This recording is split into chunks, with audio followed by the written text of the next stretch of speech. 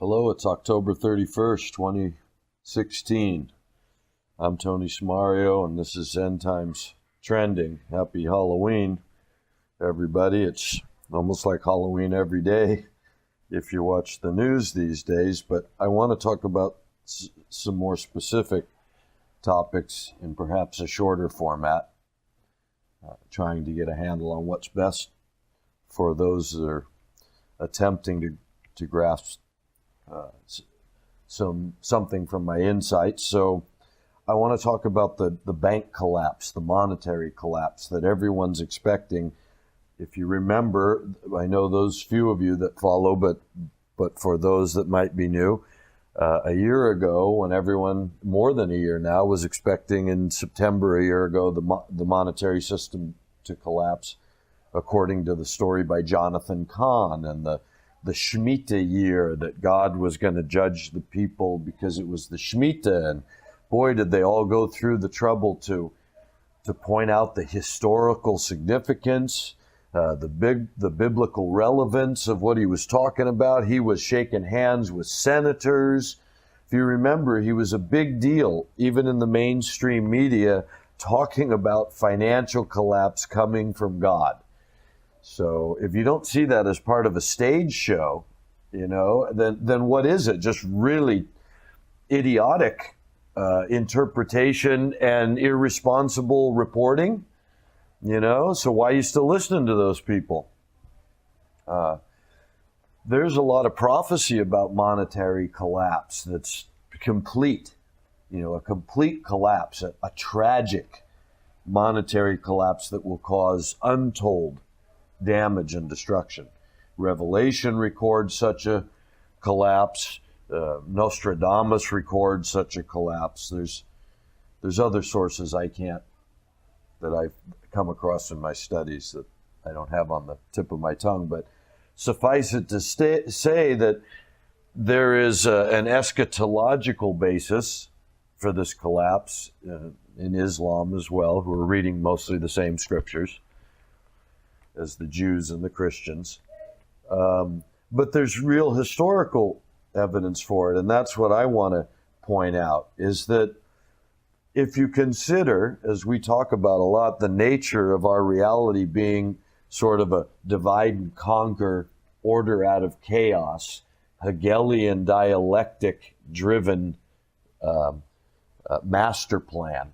If there's someone using that money at the top to pull strings, the strings they're pulling are along the lines of divide and conquer, order out of chaos, and using that money as leverage, as we know has been done in the banking industry for the last couple of 100 years. And so the way you do that then is like the political system. You set up a red team and blue team paradigm.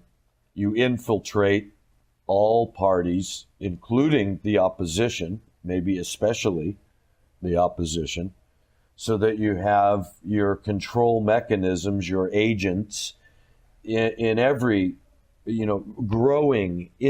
progressing into every movement, so that over time you have the ability to steer these movements in the direction that you like. And if you just study that history, it's pretty clear that, it's easy to expose that as having a deep reality in our existence. This is what's really going on. Education, medicine, banking, housing, transportation. I mean, there's a reason there's still only 3 auto companies in America. If you know the history, a couple of other rich men tried to give it a go, and they didn't last long. A lot of intrigue inside of how these corporations remain in control of major industries, especially when it comes to things like media, transportation, communication, weaponry. It always comes back to a very small group. So anyway, let's just assume with me for a moment that there are some string pullers behind money, and that there's a reason that what we're going through today, that the alt media points to as the Rothschild banking system going after the countries that don't have a Rothschild banking system. They're not set up on what they call the Bank of International Settlements out of Switzerland. That's the bank that loans money to central banks.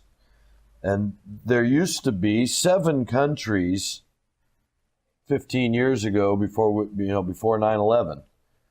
Iraq, Libya, Sudan, Syria, Afghanistan, Iran, Cuba, and North Korea. That's actually 8. So I don't know which one I thought all those countries were on the list. Anyhow, so at least 7 of those 8, if I have my information incorrect, were part of what some call this anti-hegemony. Although they speak of that, including Russia, China, Brazil. But they all get their money from this International Bank of Settlements from all the way back. And so ultimately, as Rothschild famously said, give me control of a country's money and I care not, which puppet sits on its throne and makes its laws. So I say that because of that, these countries which have been infiltrated for the reason of oil, since oil was discovered there 100 years ago. And so from World War I on, these countries that we're talking about have all had their imperialist Britain and then imperialist United States through their financial imperialism, in their countries.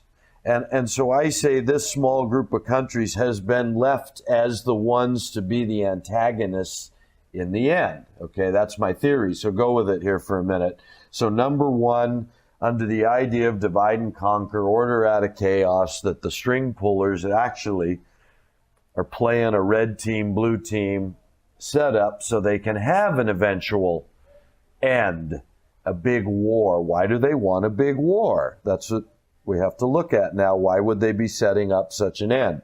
So number 2 is that the US dollar system that has allowed whoever's set it up, the string pullers we can call them, to pull the strings for so long, that was always a terminal system. They're not fighting to preserve that system. That's what much of the alt media is either misinformation guided or, they themselves are under the delusion of the misinformation.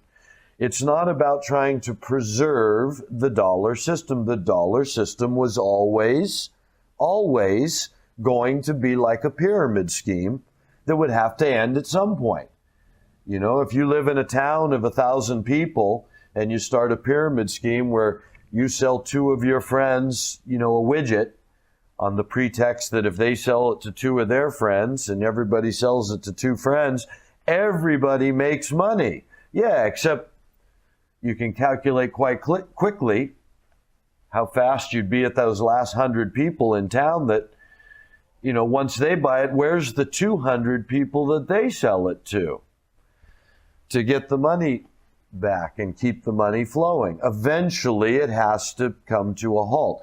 When you're doing it on a global scale, apparently you have about 100 or 200 years worth, because that's what's really coming to a halt. That's what your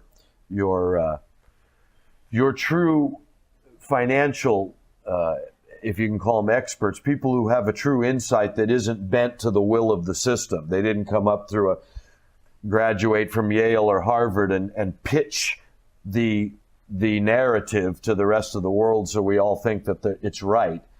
These are the people that pretty much are shunned, and you have to find them through the alt media, but they're pointing out for the whole 100 years. You can see that they were pointing it out 100 years ago in England, the writers, that this industrialized, financialized system of life was something that had to come to a brutal, abrupt, and even violent end, because it leaves so many people at the bottom of the pyramid. It creates so much poverty to funnel the wealth upward. It creates debt that can never be repaid.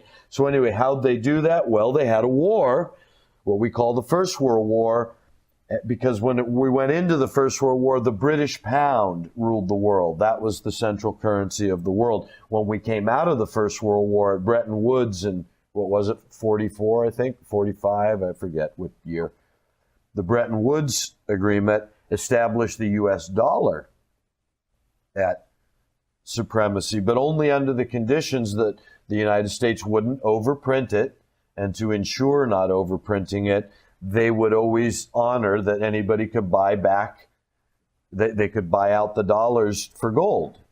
So at $35 a set price, $35 an ounce, you could take those US dollars and redeem them for gold. And because of that, they said, okay, under a system like that, sure, we'll let that be the central currency of the world. But of course, geez, I guess these people who set it up, were they just dishonest from the start, or did they get a spirit of greed that just finally overtook them? But they started printing too many dollars right off the bat, and it didn't take but 25 years, really, 1970, when Charles de Gaulle realized that they were, using this privilege to usurp the world financial structure, the power of equal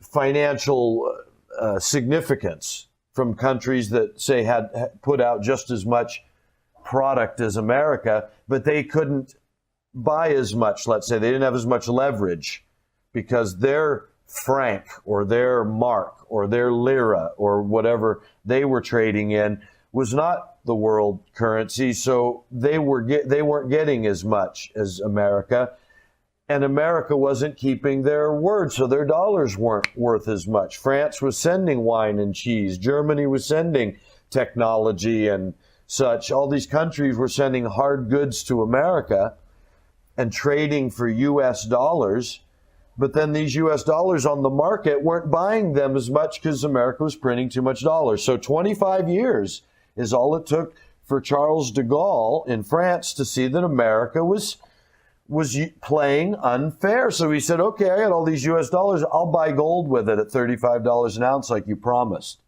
And immediately America, through Nixon, went off the gold standard and said, we're temporarily suspending that.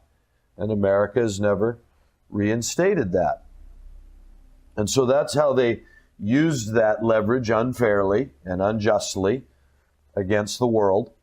And then after that, they had to find another way, and that other way became known as the petrodollar system, where they backed all this paper money, instead of by gold, by future reserves of oil, because they made a deal with first Saudi Arabia and then later what we call OPEC to sell oil only in dollars. So now their dollars could be backed by something measurable in the cost of oil, which then could give this dollar supremacy in the world. And they used that supremacy, since now it wasn't backed by anything hard like gold. It was backed by something fluid, oil, which you didn't know how much there was and how long. You just knew it had sort of a seemingly endless supply today. Today, you could back as many dollars as you could print. You don't know that's going to be true 100 years from now. But you knew today you could. So you could print as many dollars as you needed to. And they used those dollars to what some authors have described as financial terrorism around the world, to steal the resources, the political systems, in many ways, the medical systems and educational systems of the world. Okay, that's the second point. The third point is now this petrodollar required a militarization of the world, because as it promised Saudi Arabia, we would protect that oil militarily if they would agree to only sell it in dollars. We would protect the government that sold us that oil. So all these OPEC countries over there, that's why they love Americans. And that is also the stimulus now for the hate and the thing that would then come to perhaps fuel help to fuel the 79 Iranian revolution. First, they knew that they could see that the American control of their country politically had been going on since the 50s with the Shah and after that with, or I'm saying with the Shah, that they then had a revolution about, that we then had to give them Khomeini. But, the point was they're not stupid people. In fact, it's arguable that they're some of the smartest people in the world historically. And so they, I'm sure, saw quite clearly the sort of scam that was being played on the Arab people through this petrodollar system. And the only way to maintain this unfair system that de Gaulle tried to stand against, shortly before, when it was called the U.S. dollar and this dollar for gold, now they made it even a more hideous and nefarious system.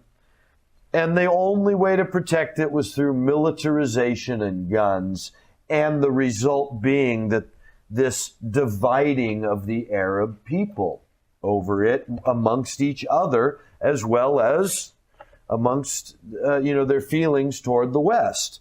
And I say, now that plays into this idea of an imminent collapse, right? This imminent monetary collapse that's just going to blow up someday. And that all of this is being played. And that this Russia, China, Brazil, India, BRICS system is all part of that. That's part of presenting, because Iran's part of that, and all these countries, there's nobody left now, Syria, Iran, and North Korea. Everybody else, Sudan, Libya, Afghanistan, Iran, they've all been overcome, and they're now on a central bank system that borrows money from the International Bank of Settlements, to put back together their countries after the same people that the International Bank of Settlements loans money to build all the weapons went in and destroyed their countries. So everybody owes money now back to these International Bank of International Settlements. So it'd be nice to, be a fly on the wall and see who they are, and how come, all the loans that they've been putting out have resulted in all the conflicts and wars, rather than peace and free trade and fair agreements that whatever weapons were in the world are used to uphold the fair agreements. Why isn't that where the money's gone? Anyway, I say it's because their game, it is their game. And so the collapse will come when they bring it on. I'm just saying, I can see the pieces of it. I can see the pawns moving around a table, rather than this media that presents it all as a reaction. That's part of the Hegelian dialectic. Problem, reaction, solution. So rather than, visualizing all their media telling us about the reaction, everything is a reaction. Oh, ISIS is forming. Oh no, what do we do? Rather than, well, wait, why is ISIS forming, and how? Whose money's going into that? Who's standing for it? Who's behind it? Right? We're all reaction. And what should we be expecting? Okay, again, I've been right about, I was right about the financial collapse not happening last year. I seem to be right about Jonathan Kahn being a big fake and just insider BS. And I was right about ISIS from the moment I saw the flag, the first stupid article that announced that people were coming with one person carrying a flag. An army was forming. I'm like, where's the army? It's obviously propaganda. I told you they wouldn't take over the Middle East when everybody was, oh, what do we do? They're taking over the world. I told you, no, they can't, because they're not an organic movement. Nobody wants them. Their people aren't joining this. They're running from it. That's how they created the refugee crisis. So when you look at it again, the first premise, that they're doing all this on purpose, it's their game. They print money to break the world. They could destroy the nations that are forming an alternative, just like they destroyed Iraq for threatening to sell oil in euros. But I say that was all part of this game. That's why Saddam looked so surprised. If you look at the footage when they hung him, he looks like, huh? Why, isn't the cavalry going to ride in at the last minute? I've been playing, I've been doing exactly what I've been told all along. But that's how they do it to patsies, you know. So I say maybe they're using the threat of this imminent financial collapse as a false flag that causes wars, right? Russia hacked us. China hacked us. Somebody did something that causes, is causing, our internet shut down, our banking system shut down. Nobody could get their money out because of China. Does that have to be real? It only has to be as real as we present it, right? Can't we shut it down and blame China? Oh, we would never do that. Well, then you're on the wrong channel if you think that. So then, the wars are what bring this planned collapse, right? It's when the wars happen that you're able to have an actual collapse over it. And then they have a historical fiction, a cover story to go with their collapse, right? And a new currency to come in and save the day and save everyone from starvation and ruin. Everyone that's left after the wars, of course. So if you look at it as that's their plan, they really do want the next financial system. They set up the US dollar after the English pound, same people, because the English pound couldn't terrorize the world, a currency backed by silver.